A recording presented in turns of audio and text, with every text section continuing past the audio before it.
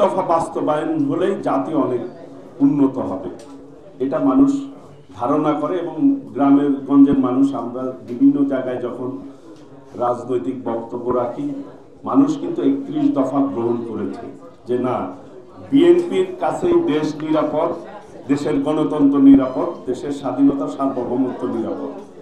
ইতিমধ্যেই কিন্তু বিএনপি সেটা প্রমাণ করতে সক্ষম হয়েছে।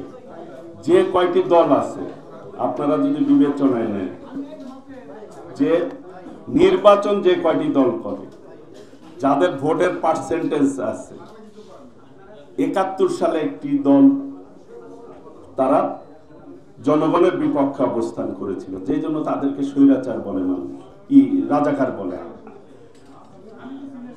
এরপরে যারাই ক্ষমতায় ছিল বিএনপি বাদ দিয়ে স্বৈরাচারী হোসেন মোহাম্মদ এরশাদ, তাকে মানুষ স্বৈরাচার বলেছে, কারণ তিনি স্বৈরতান্ত্রিক ভাবে দেশ পরিচালনা করেছেন।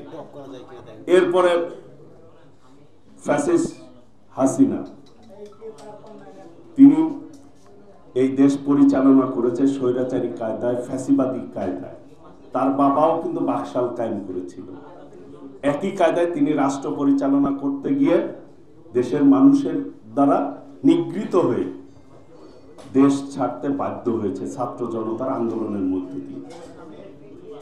এর মধ্যে একমাত্র বিএনপি কখনোই জনগণের বিপক্ষে বিএনপি কিন্তু কোনো অবস্থান নেয় নাই, বিএনপি কোনো পদক্ষেপও নেয় নাই। বিএনপি ক্ষমতায় থাকার জন্য কোনোদিনও জনগণের উপর অত্যাচার বা গুলি চালায় নাই। সেই জন্য বাংলাদেশের মানুষের আশা ভরসার জায়গা কিন্তু বিএনপি। নিরপেক্ষ, সত্য প্রকাশে আপোষহীন।